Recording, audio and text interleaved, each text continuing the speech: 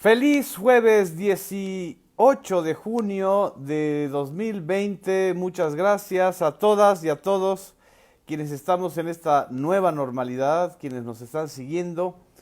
El día de ayer ya no pudimos hacer nuestra post mañanera por un compromiso pues muy temprano, pero creo que podemos abordar algunos temas que se abordaron el día de ayer y que se abordaron hoy, en especial el relacionado con la Comisión Nacional para la Prevención de la Discriminación, CONAPRED, y bueno, pues conversar con ustedes de muchos temas, de varios asuntos, algunos delicados, como el asesinato del juez Uriel en Colima, y creo que también esto vale la pena para retomarlo. Agradezco a quienes nos están mandando saludos, a Jesús Ruelas, a Paula Figueroa. Buenos días, querida Paula, a José Luis Luna.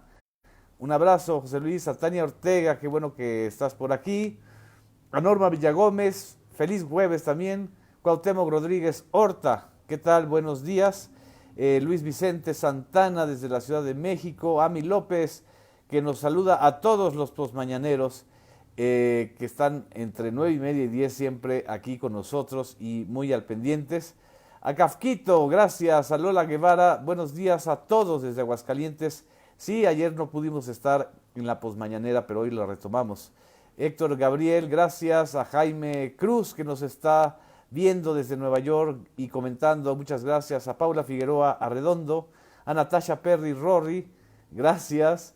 Muchas gracias. Norma Villagómez desde el puerto hermosísimo de Veracruz. Tere Chávez también, muchas gracias. Julio Gómez desde San Cristóbal de las Casas. No saben cómo extraño San Cristóbal, fue el último sitio en el que estuve antes de que empezara la pandemia. A Khadija Riduné Cajadilla, una amiga muy querida, periodista de Marruecos, que vive en París, si no me equivoco. Le mando un beso ahorita que estoy viendo que está aquí conectada. A Alex Luna también, a José Juan Hernández, muchas gracias por sus comentarios. A Rocío Leal, gracias. Bueno, vamos a comenzar con, digamos, el tema más global y más internacional, que es la aceptación de México prácticamente por unanimidad, 187 votos, y solo hubo 5 abstenciones, es decir, ningún voto en contra, para que México ocupara un asiento dentro del llamado Consejo de Seguridad. El Consejo de Seguridad es el organismo que gobierna, digamos, las Naciones Unidas, porque es donde se toman las decisiones principales. En ese Consejo de Seguridad hay 5 naciones, 5 que tienen veto permanente, o sea, son miembros permanentes, con la idea de mantener los equilibrios mundiales. Son Rusia, Estados Unidos, Francia, Gran Bretaña y China. Desgraciadamente ese modelo no se ha cambiado porque es bastante antidemocrático que solo 5 naciones puedan tener derecho de veto en el concierto de casi 200 naciones en todo el mundo. En el Consejo de Seguridad están estos 5 miembros permanentes más los miembros rotativos por continente. En este caso, México estará integrando durante 2 años la representación de nuestro país y de América Latina dentro de este consejo, junto con Noruega, Irlanda, si no me equivoco, y falta un país por ser votado de África, de origen africano.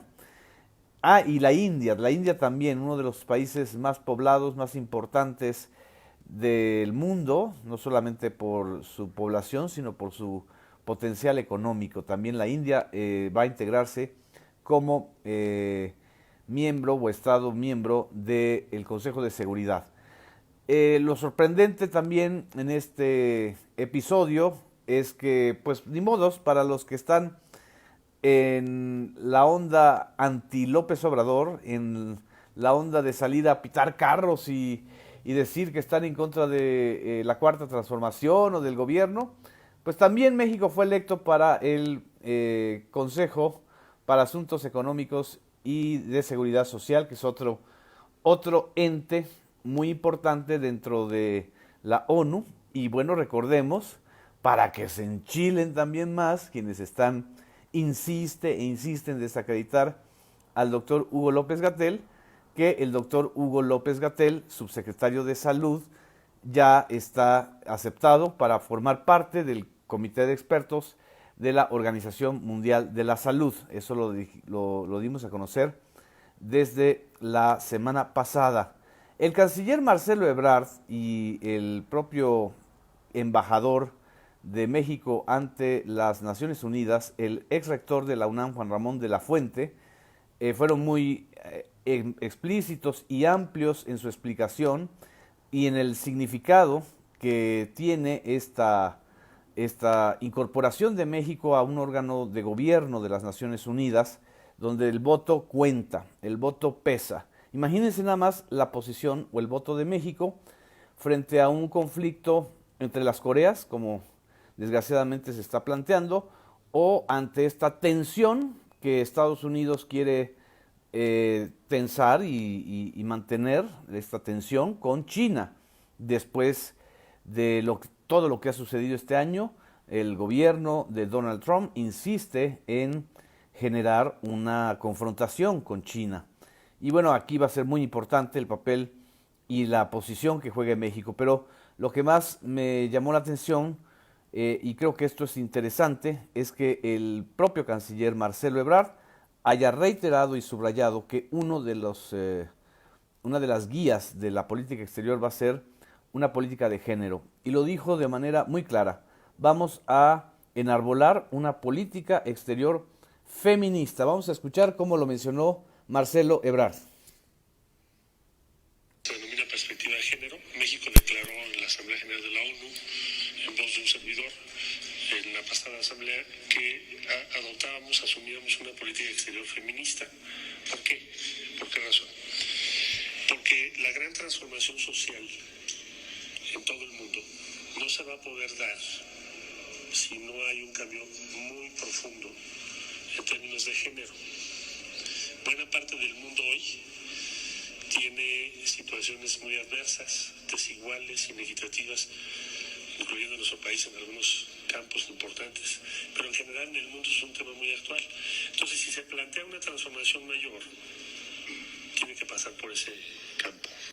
Tiene que pasar por ese campo, por el campo de una política de género. Esto es muy importante para romper esos esquemas o esos prejuicios o esos mitos de que este gobierno está en contra de los feminismos.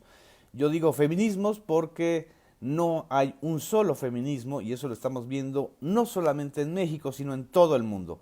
Hay muchos planteamientos que concurren hacia una misma posición, que es frenar la violencia contra las mujeres, acceder y hacer políticas para que tengan acceso a mejores condiciones laborales, de vida, educativas, etcétera.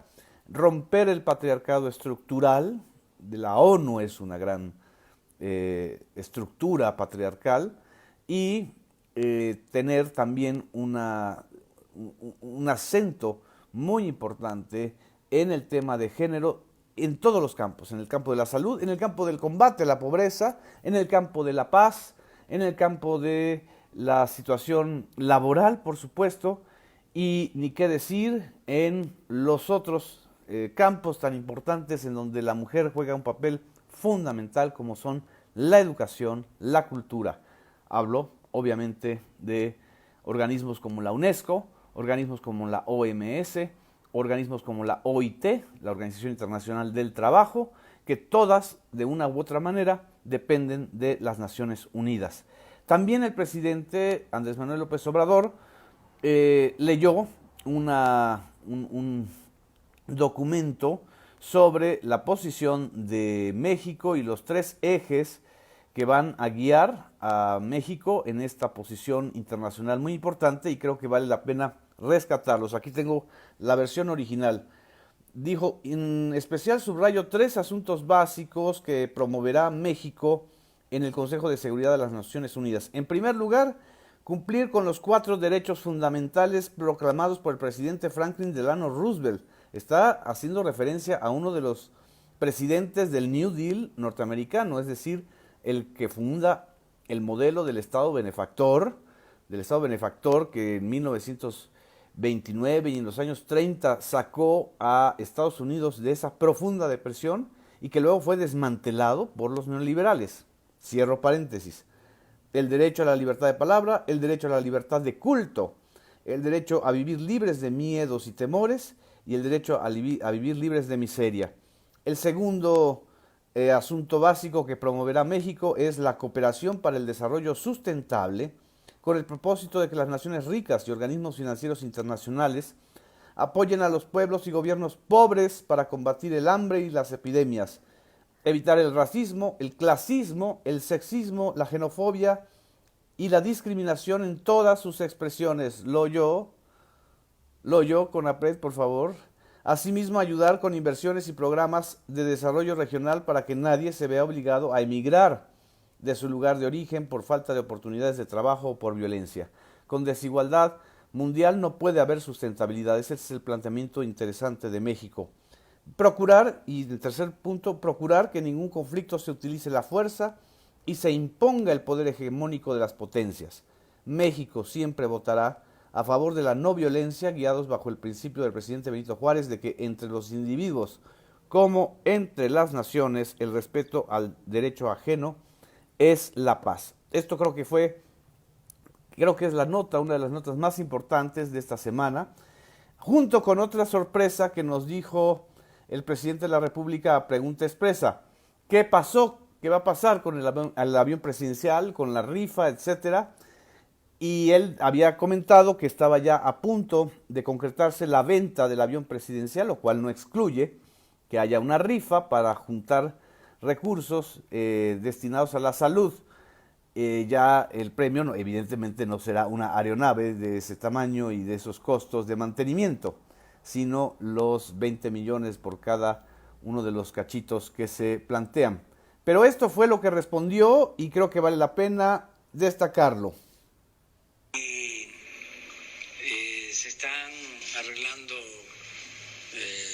los acuerdos, se están firmando compromisos y ahora también apareció otro comprador interesado, de modo que ya muy pronto vamos a informar sobre la venta del avión presidencial. Es decir, hay 2 compradores ya para el avión presidencial, así que ¿cómo les quedó el ojo? Pues a todos los que también insisten y una y otra vez con todo su racismo, con todo su clasismo, con todo su odio a los más pobres y al modelo de Andrés Manuel López Obrador, insisten en señalar que está siendo un peligro para México y que se vaya ya, como están los del Frena, este grupo, o los de la BOA. Pero bueno, ya hay 2 compradores para el avión presidencial, es decir, salió muy bien este tema de poder esperar un tiempo para definir la situación del avión presidencial y el costo y los recursos que se puedan incorporar. Sobre CONAPRED, que es el tema que ayer y el día de hoy se abordó en la conferencia de prensa de la mañana.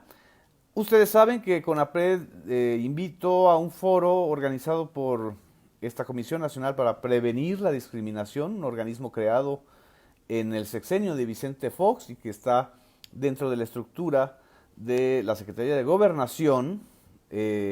CONAPRED invitó a un youtubero o un comentarista muy famoso en las redes sociales, más famoso antes que ahora, llamado Chumel Torres, que tiene un programa en YouTube, a un actor también reconocido, joven, que ha interpretado muy buenos papeles en algunas series recientemente, que es Tenoch Huerta. Tenoch, un joven moreno, muy buen actor y representante también de esta generación de actores que pues plantean involucrarse en asuntos públicos. Según la invitación, iba a debatir junto con otra chica cuyo nombre no puedo acordarme, en un foro organizado por CONAPRED. Bueno, pues el tema evidentemente es que CONAPRED no está para organizar foros solamente, el CONAPRED está para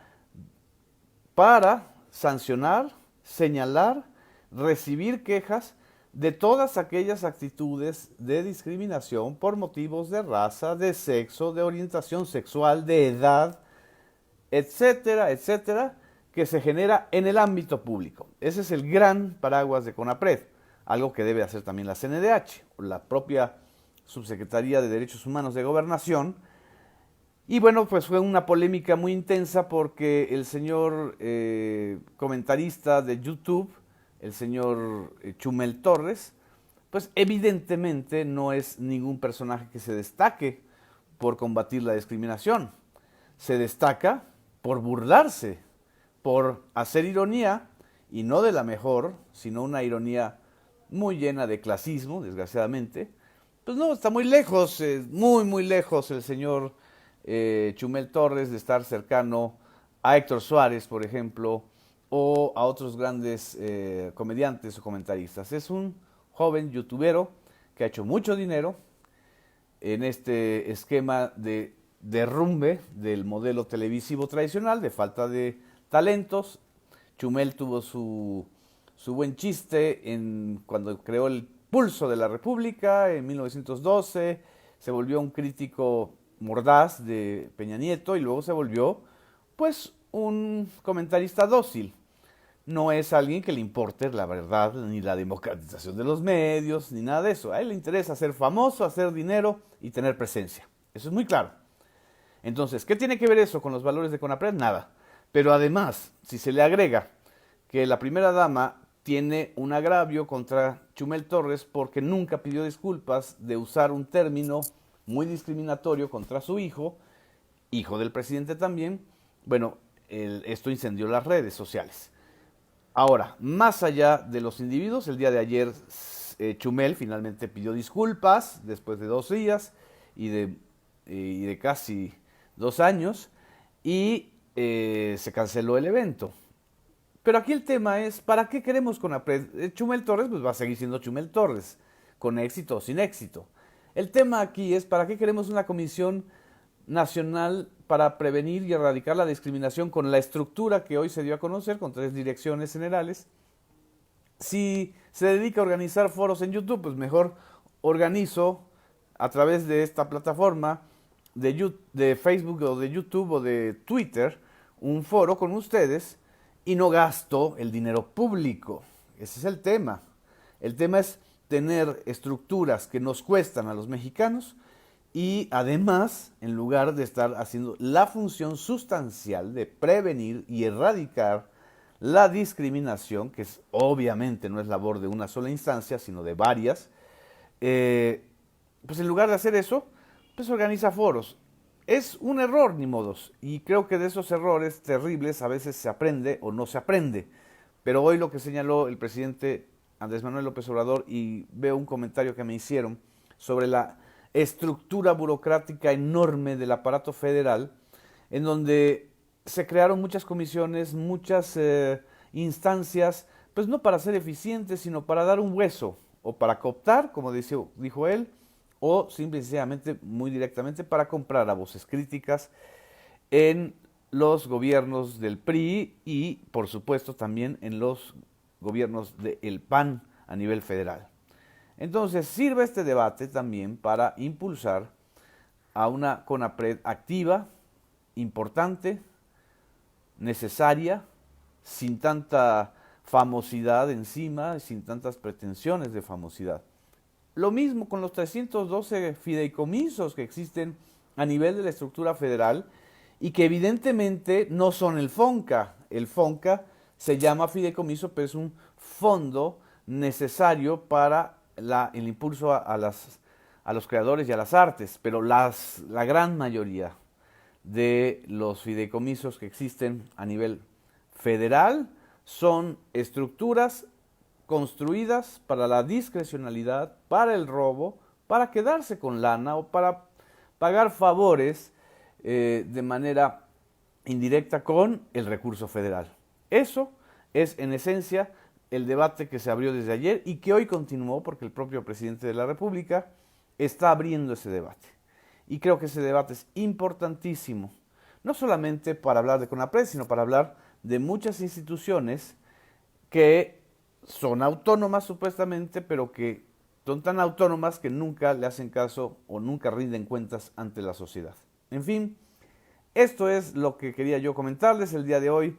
Fue una muy buena conferencia matutina, también se dieron datos y elementos sobre la seguridad pública en Hidalgo, una entidad que alcanzó la notoriedad nacional, desgraciadamente, por aquel terrible accidente y la tragedia de Tlalhuelilpan, en medio de la batalla y de la lucha contra el huachicol. Estuvo el gobernador, que ya también salió avante y adelante después de dar positivo a coronavirus, lo cual indica que el coronavirus no es una, y no tiene por qué ser, ni una amenaza mortal, ni un estigma. Todo esto ocurrió en la primera parte de la conferencia matutina. Omar Fayad señaló que existe una buena relación de trabajo, de coordinación en el ámbito de sus competencias. También explicó que en materia de seguridad los índices delictivos en Hidalgo han ido a la baja y que el principal problema que tiene que enfrentar ahora junto con el gobierno federal sigue y seguirá siendo el fenómeno del huachicol. El secretario de la Defensa, Luis Crescencio Sandoval, presentó el informe de acciones en materia de seguridad realizadas en esta entidad y se avanzó mucho también en subrayar que Hidalgo corrigió este fenómeno que tenía de ser uno de los estados que menos confinamiento tuvo y que tenía muy altos índices de movilidad. Pero bueno, esto ya también se corrigió y lo señaló el propio gobernador, que además es de origen del PRI, es priista, Omar Fayad, lo cual es curioso cómo varios gobernadores de origen priista, como el caso de Murat en Oaxaca, como en el caso del propio Fayad en Hidalgo, como en el caso del gobernador del Mazo en el Estado de México, han preferido optar por una colaboración institucional con el gobierno federal y bueno, a otros han preferido hacer organismos o grupos supuestamente de contrapeso. En fin, muchas gracias, les mando un abrazo enorme, disfruten este jueves y el día de mañana, viernes 19 de junio, celebraremos en los medios públicos a nivel federal también y a nivel local también los 10 años de la partida de nuestro gran gato, nuestro queridísimo Carlos Monsiváis. Aquí lo tengo detrás mío, siempre está guiando o está susurrando algunas cosas que decir. Muchas gracias, buenos días.